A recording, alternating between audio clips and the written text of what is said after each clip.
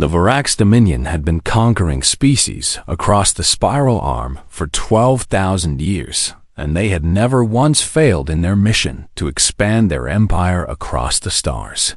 Their doctrine was simple and brutal beyond measure. Find the weakest point of any civilization and strike it without warning, and let the conquered serve as an example to all others who might dare to resist. Admiral Kethrix stood on the command deck of his flagship and studied the holographic display before him with cold satisfaction.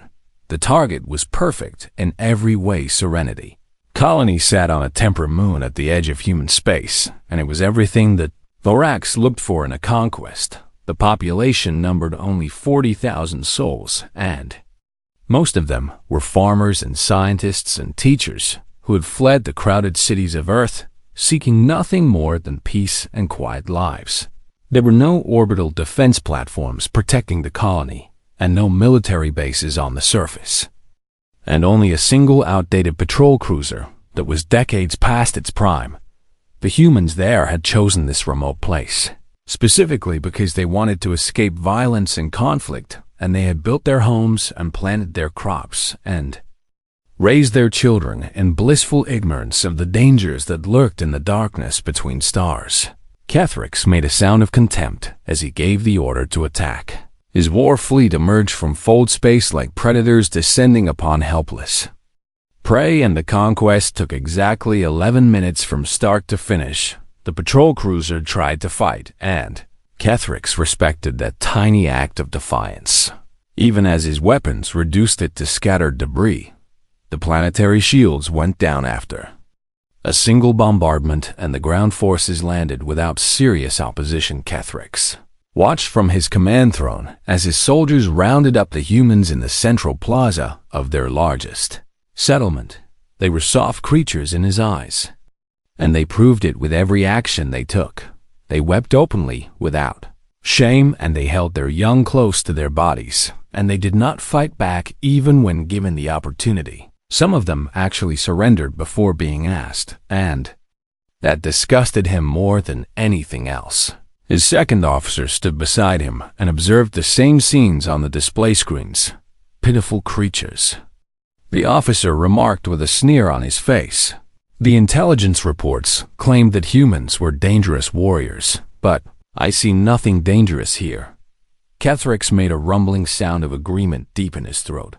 Propaganda and nothing more, he declared with absolute certainty. Look at them cowering down there and tell me what you see. He gestured at the screens with one clawed hand. They have no claws to tear flesh and no venom to poison their enemies, and no natural armor to protect their weak bodies. He continued, they're young, take years upon years to reach maturity, and they form emotional bonds that make them vulnerable to manipulation. He turned to face his officer directly. This species is prey, and nothing more, and we were fools to ever consider them a threat. Down on the surface, the colonists were being processed with brutal efficiency. Families were separated as the Varax soldiers sorted humans into categories. Based on their usefulness, the skilled workers went one direction, and the laborers went another, and the sick and elderly were pushed aside without care or consideration. A woman named Mai Tanaka held her 2 children close as armored aliens herded them toward a detention center. Her son was 12 years old and trying desperately to be brave, and her daughter Hana was only 8, but she showed no tears on her face. Everything will be okay, May whispered to them, even though she did not believe her own words. Her husband had been taken somewhere else, and she did not know if he was alive or dead. The colony's emergency beacon had been broadcasting for 6 hours before the Varax communications officer finally silenced it. Kethrix barely noticed the minor detail as he composed his victory dispatch to the Dominion High Command. He described the conquest in glowing terms and praised his own tactical genius and recommended Serenity Colony as an excellent source of slave labor for the Empire. He was already thinking about his next target and wondering which human settlement would fall next. What Admiral Kethrix did not know and could not have known was that the emergency beacon had reached its destination long before it was silenced. 12 light-years away on a military station orbiting a gas giant, a woman sat alone in her quarters and stared at her personal terminal with wide eyes. Commander Yuki Tanaka read the distress signal 3 times before she fully understood what it meant. The coffee cup in her hand slipped from nerveless fingers and shattered on the floor, but she did not notice. The mess spreading around her feet. Serenity Colony was her sister's home. Her sister May lived there with her husband and her children, and Yuki had visited them just 6 months ago. She had held her niece and nephew in her arms and promised to come back soon. And now they were in the hands of alien conquerors. Something changed inside Yuki Tanaka at that moment. Something cold and hard settled into her chest, where her heart used to be, and her eyes went flat and empty in a way that would have frightened anyone who knew her. She was not a farmer like her sister. She was not a teacher or a scientist or a peaceful refugee seeking a quiet life. Commander Yuki Tanaka was the commanding officer of the United Earthship Retribution, and she led a Tempest-class heavy cruiser that was designed for one purpose: only war. Her ship was the tip of the spear for Earth's 3rd Expeditionary Fleet, and she had spent 20 years learning how to destroy enemies of humanity with maximum efficiency. She stood up slowly and walked to her mirror and looked at her. On reflection, the woman staring back at her was someone she barely recognized. "I am coming for you," she whispered to her reflection and to the aliens who had taken everything she loved. "And you have no idea what is about to happen to you." She turned and walked out of her quarters with steady steps and a face carved from stone. The Varaks had made a terrible mistake. They had studied human military history, but they had studied the wrong parts. They had seen humans fighting each other with rules and restraint and proportional responses. They had not seen what humans did when someone threatened their families. They were about to learn.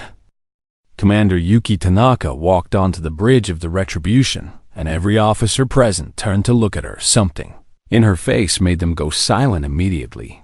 There was no emotion in her eyes and no warmth in her expression, and she moved with the terrible purpose of someone who had already decided what needed to be done. Her executive officer, Lieutenant Commander Marcus Webb, had served with her for 7 years, and he had never seen her look like this.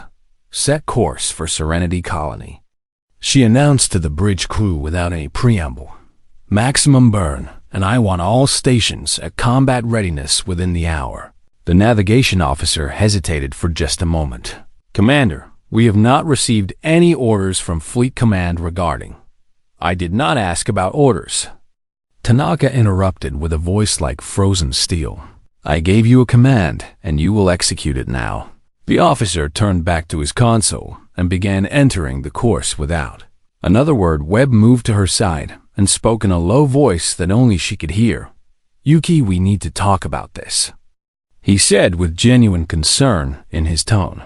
"Command will court-martial you for unauthorized deployment, and you could lose everything you have worked for." Tanaka turned to face him, and he took an involuntary step backward.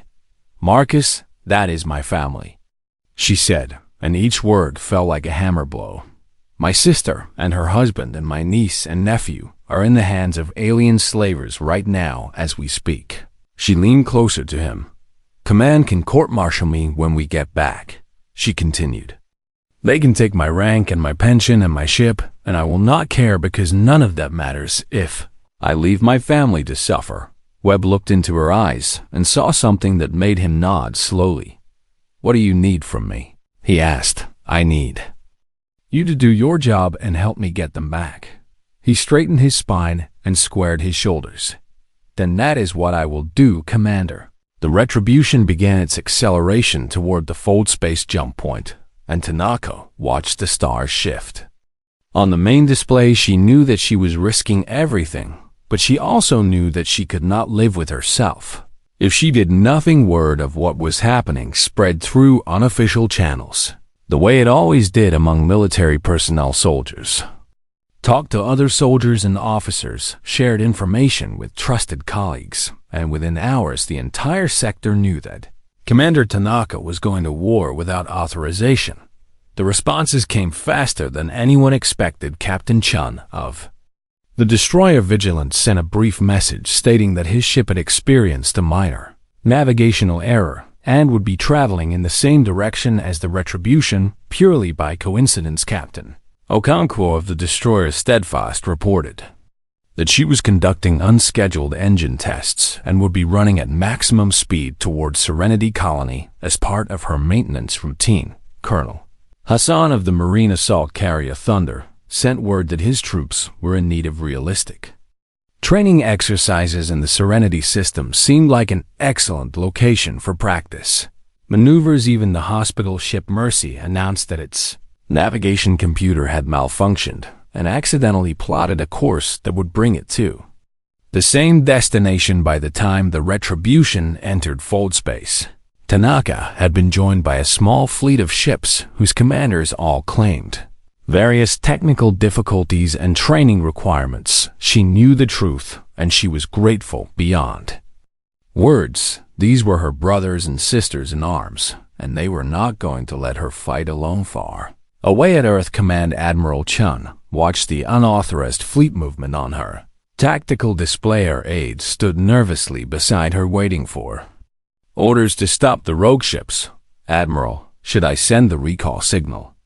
The aide asked. Admiral Chun was quiet for a long moment as she considered the situation. She had known Yuki Tanaka for 15 years, and she understood exactly what was driving the younger woman. She also knew that the Varax Dominion had just made a catastrophic error in judgment. No. She finally said, "Let them go." The aide looked shocked. "But Admiral, the regulations clearly state." "I know what the regulations state," Chen interrupted calmly. "But I also know that those colonists are human citizens, and they deserve protection." She turned to face her aide directly. "Begin mobilizing the rest of Third Fleet," she ordered. "Tell them to prepare for immediate deployment, and have them ready to move within 12 hours. "Where are we sending them, Admiral?" "To Serenity Colony," Chen replied with a small, cold smile. "Someone needs to clean up after Commander Tanaka finishes her work." Meanwhile, in the detention center on Serenity Colony, the prisoners waited in fear and uncertainty. Tanaka sat with her children in a cramped cell designed for alien physiology, and she tried to keep them calm despite her own terror. Her son kept asking about his father, and she had no answers to give him. Her daughter Hana sat quietly and watched the Varax guards through the bars with an expression that seemed far too calm for a child. Admiral Kethrix visited the detention center to inspect his prizes, and he walked past the rows of cells with casual indifference. When he reached the cell holding May and her children, he paused to examine them. Hana stood up and walked to the bars and looked up at the towering alien without flinching. "My aunt is coming," she said in a clear, steady voice. Kethrix made a sound that might have been laughter. "No one is coming, small creature," he said with absolute certainty. "Your people have abandoned you, and you will serve the Dominion for the rest of your short lives." Hana smiled at him, and it was not the smile of a frightened child. "You do not know my aunt," she said. Kethrix felt something strange in that momenta, tiny flicker of unease that he could not explain. He dismissed the feeling and walked away without looking back. He had conquered dozens of species and broken countless civilizations, and he was not going to be unsettled by the words of a human child. But somewhere in fold space, the Retribution was racing toward him at speeds that bent the laws of physics, and Commander Yuki Tanaka was coming for her family with fire in her heart and death in her hands. The Varax had studied human military history before their invasion, but they had made a critical error in their analysis. They had observed Earth's internal conflicts over the centuries and noted how humans fought each other with rules and restrictions. They saw proportional responses and limited engagements and diplomatic solutions. They concluded that humans, while capable of violence, were fundamentally constrained by their own ethics and morality. What they had not studied were the wars where humans fought to protect their own. They had not seen what happened when someone threatened human children. They had not learned about the fury that burned inside the human heart when family was in danger. They were about to receive an education. The Retribution exited fold space at the edge of the Serenity system and immediately went dark. All external lights were extinguished, and the transponder was silenced, and every system that might reveal their presence was shut down. The ship became a ghost drifting through the void with nothing but predatory patience. Commander Tanaka stood at the tactical display and studied the enemy formation with cold, calculating eyes. 7 Varax warships hung in orbit above the colony in a standard occupation pattern. They were spread out across the orbital space with comfortable distances between them, and they showed no signs of defensive preparation. This was the posture of conquerors who expected no resistance and feared no retaliation. They are arrogant, Lieutenant Commander Webb observed from beside her. Yes, they are, Tanaka agreed, and that arrogance is going to kill them. She began issuing orders in a quiet, steady voice that carried across the bridge. The vigilant and the steadfast were directed to circle wide around the system and approach from opposite vectors. Their primary targets would be the Varax fold space inhibitors, which prevented ships from escaping into faster-than-light travel. The Thunder was ordered to position itself for orbital insertion and prepare the Marines for a combat drop. The Retribution would strike first and hardest right through the center of the enemy formation. Launch the stealth torpedoes, Tanaka commanded, full spread targeting their supply ship and the 2 largest cruisers. The weapons officer carried out the order without hesitation. 12 torpedoes slipped away from the Retribution and vanished into the darkness of space. They were designed to be invisible to sensors, and they carried enough firepower to crack a battleship in half. For 30 minutes, nothing happened. The Varax ships continued their lazy patrol patterns, and the occupation forces on the ground continued processing their prisoners, and Admiral Kethrix continued composing reports about his glorious victory. Then the universe exploded. The first torpedo struck the Varax supply ship directly in its reactor core, and the vessel broke apart in a blinding flash of released energy. The second and third torpedoes hit the 2 cruisers simultaneously, and their engines died in catastrophic failures that sent them tumbling helplessly through space. Before anyone on the Varax side could understand what was happening, 4 of their 7 ships were burning wreckage. Admiral Kethrix surged to his feet on the command deck of his flagship. What is happening? He roared at his officers. Alarms were screaming throughout the ship, and damage reports were flooding in from across the fleet. And nobody seemed to have any answers. His sensor officer stared at his display with trembling hands. 1 human cruiser, Admiral. The officer reported in a voice barely above a whisper.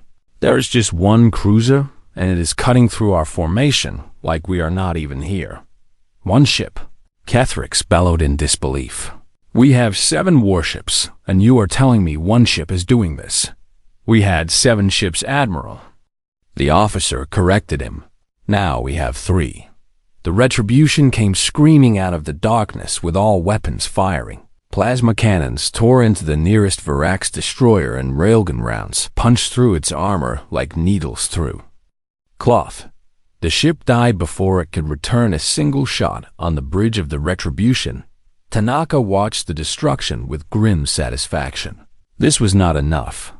This would never be enough. But it was a start. She opened a communication channel and broadcast on all frequencies. Varax Commander, this is Commander Yuki Tanaka of the United Earthship Retribution.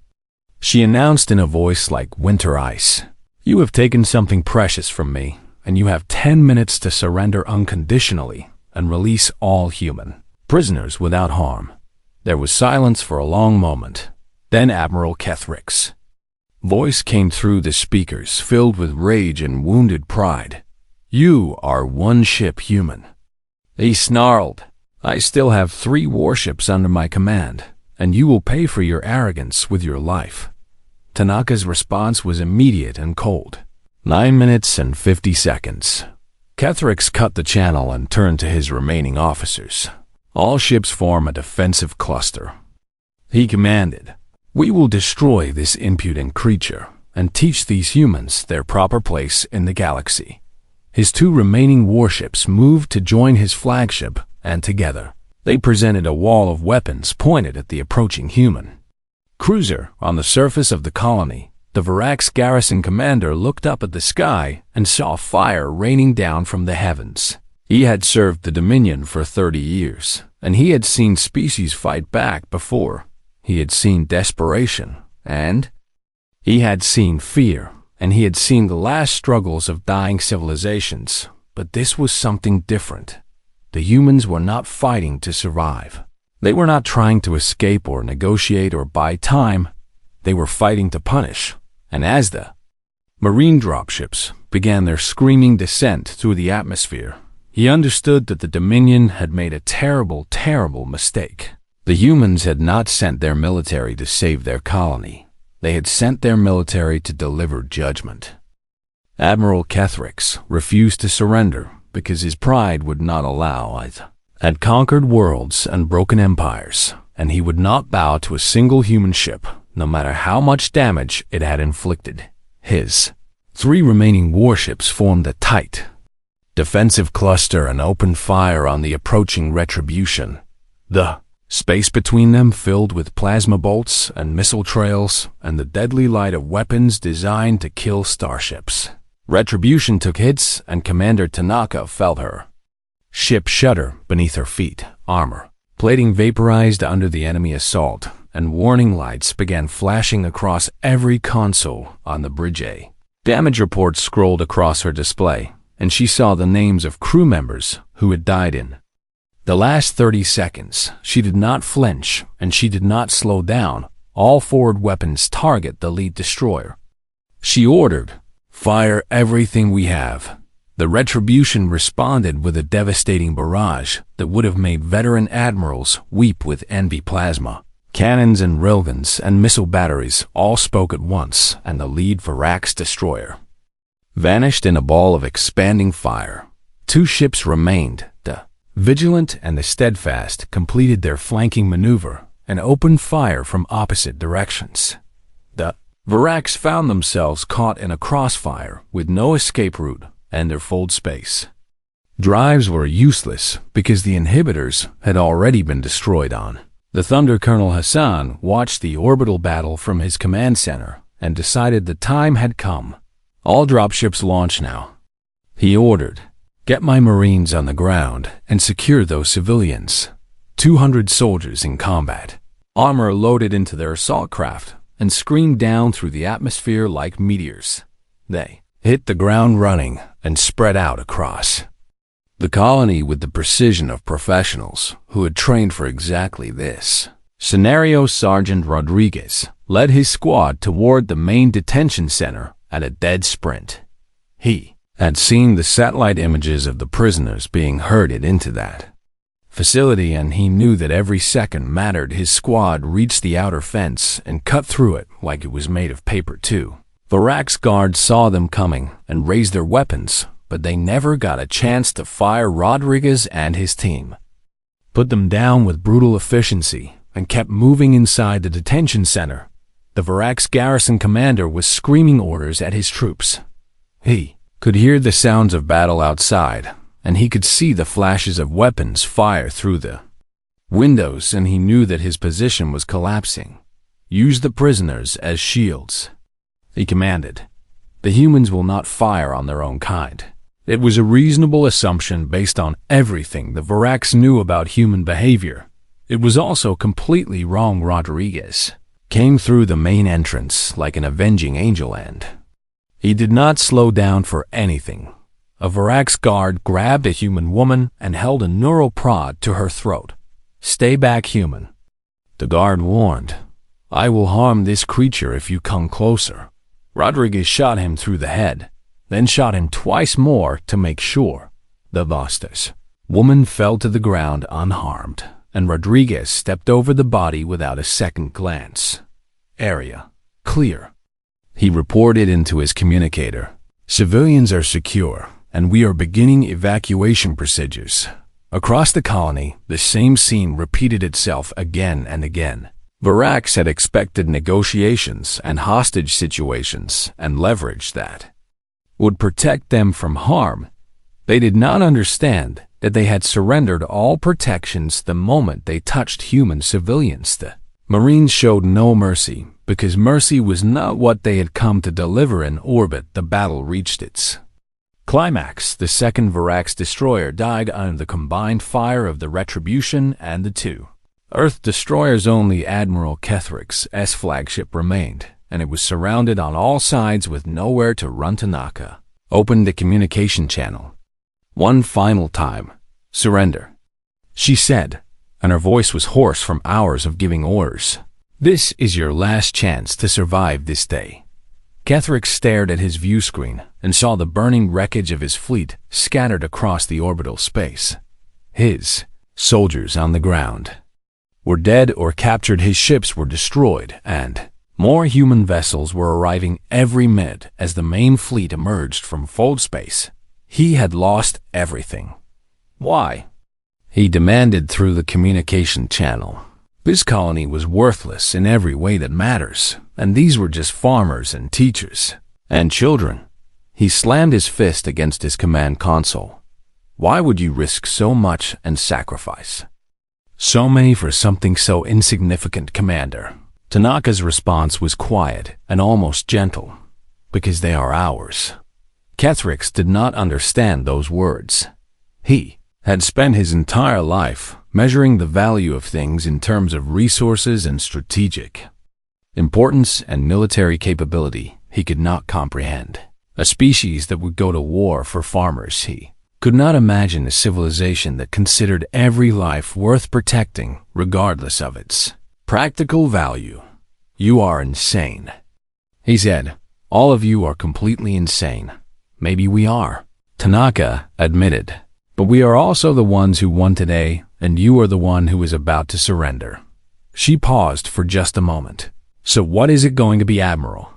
Kethrix looked around at his damaged bridge and his wounded officers and the tactical display that showed nothing but human ships closing in from every direction. "Had no choice left. I surrender," he said, and the words tasted like poison in his mouth. Down on the surface of the colony, Sergeant Rodriguez found the cell holding Mai Tanaka and her children. He cut through the lock and pulled the door open and saw a woman clutching two children with desperate hope in her eyes. "Are you Mai Tanaka?" he asked. "Yes," she whispered. "Yes, I am." Rodriguez smiled for the first time that day. "Your sister sent us, ma'am," he said. "She wants you to know that everything is going to be okay now." Mai began to cry, and her children wrapped their arms around her, and for a moment the war was forgotten. They were safe. They were going home and somewhere in orbit. Commander Yuki Tanaka finally allowed herself to breathe again. 3 weeks after the Battle of Serenity Colony, the Varax Dominion High Command received a transmission package from the distant human system. The package contained Admiral Kethrik's formal surrender recording and the complete destruction logs from his fleet, and a detailed account of how a single human cruiser had annihilated 7 Varax warships in less than an hour. It also contained a message from Earth's Admiralty, and that message would change the course of galactic history. The High Commander of the Varax Dominion read the message in his throne room, surrounded by his most senior advisors. His claws tightened on the arms of his chair as the words appeared on the display before him. The message began simply, "To the leadership of the Varax Dominion from the United Earth Admiralty Council." Serenity Colony was home to 40,000 human civilians, including farmers and teachers and scientists and children and elderly refugees who had fled crowded cities seeking peace. They posed no military threat to anyone, and they had no strategic value worth mentioning, and they were simply people trying to live quiet, peaceful lives on a distant moon. You attacked them because they were weak, and because you believed that weakness invited conquest. We want to make something absolutely clear to you and to every other civilization that might share your beliefs. There is no human life without value regardless of what that human does for work or where they live. There is no human community too small to protect whether it has 40,000 people or 4. There is no corner of this galaxy remote enough to escape our reach, and no hiding place that will shield those who harm our people. The message continued, and each sentence struck the High Commander like a physical blow. The fleet that destroyed your expeditionary force was not our main battle fleet, and it was not even a proper task force. It was a single cruiser and 2 destroyers and a marine carrier crewed by volunteers who came because one of their comrades asked for help. It was commanded by a woman whose only crime was loving her sister. Imagine what we would send if you truly threatened us. Imagine what would happen if you attacked one of our major worlds or killed one of our leaders. Imagine the fury of 8 billion humans united in purpose and armed with weapons that can crack planets and burn stars. The message reached its conclusion. The colonists of Serenity have been returned to their homes and they are already rebuilding what you destroyed. Your surviving military personnel will be repatriated to Dominion space according to standard conventions regarding prisoners of war. We do this not because you deserve mercy, but because we refuse to become what you are. We choose to be better than our enemies, even when those enemies show us no such consideration. But make no mistake about our capacity for violence when pushed. We are humans, and we protect our own, and we never forget those who harm us. Do not test us again. The message was signed by every member of the United Earth Admiralty Council and countersigned by the leaders of all major human governments. The High Commander sat in silence for a long time. After reading those words, his advisors waited nervously for his response, and none of them dared to speak first. Finally, the High Commander turned to his Chief Intelligence Officer. "Tell me truthfully," he said, "did we know any of this about the humans before we authorized the attack on their colony?" The intelligence officer shifted uncomfortably. "We knew that humans were capable of violence, High Commander," he admitted, "but our analysis indicated that they were constrained by internal divisions and ethical limitations, and that they would not respond to the loss of a minor colony with significant force. Your analysis was wrong." "Yes, High Commander. Catastrophically wrong. Yes, High Commander." The High Commander rose from his throne and walked to the window that overlooked the capital city of his empire. Billions of Varax lived on this world, and trillions more lived across the hundreds of planets under Dominion control. They had built their civilization on conquest, and they had always believed that strength was the only thing that mattered in the universe. Now he wondered if they had been wrong all along. Remove all Varax military assets from sectors bordering human space, he ordered. Immediately, and without exception, his advisors gasped in shock. "High Commander, that will leave dozens of conquered systems vulnerable to—" "I do not care." The High Commander interrupted. "I will not risk war with these humans. Over territory we can afford to lose." He turned back to face his advisors. "You read that message," he said. "You saw what a single cruiser did to our fleet because one woman wanted to save her sister." He shook his head slowly. "I have ruled this dominion for 60 years, and I have waged war against 100 species, and I have never been afraid of any of them." His voice dropped to something almost like a whisper. "I am afraid of the humans."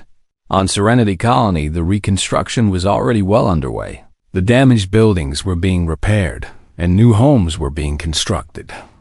And the fields that had been trampled by Varax soldiers were being replanted. The colonists had been through something terrible, but they had survived, and they were determined to rebuild their lives. Commander Yuki Tanaka stood in the central plaza and watched the activity around her with tired but satisfied eyes. She had been officially court-martialed for unauthorized deployment and then immediately pardoned by a unanimous vote of the Admiralty Council.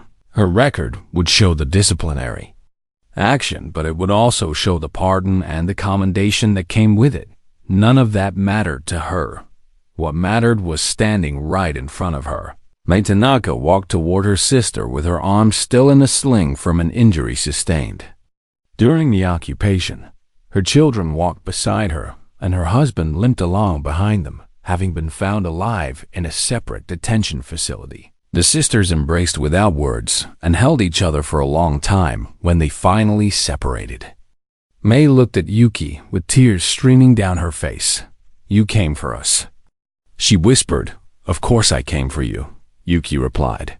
"You are my family, and nothing in this universe was going to stop me from bringing you home." Later that evening, Yuki sat with her niece Hana on the steps of the family's temporary housing. The stars were coming out overhead, and the sounds of reconstruction echoed through the settlement. "Were you scared?" Yuki asked. The young girl Hana considered the question seriously before answering. "A little bit," she admitted. "The aliens were very big and very mean, and I did not know what was going to happen to us." She paused and looked up at her aunt. "But I knew you would come. How did you know that?" Hana shrugged, as if the answer were the most obvious thing in the world. "Because that is what family does," she said. "We take care of each other no matter what." Yuki smiled and put her arm around her niece. "Yes," she agreed. "That is exactly what family does." Above them, the stars shone down on a colony that had been broken and rebuilt. Somewhere out there, the Varax Dominion was reconsidering everything it thought it knew about humanity, and across human space, the story of Commander Tanaka and her furious rescue mission was being told in bars and mess halls and family homes. It was a story about love and fury, and the lengths humans would go to protect their own.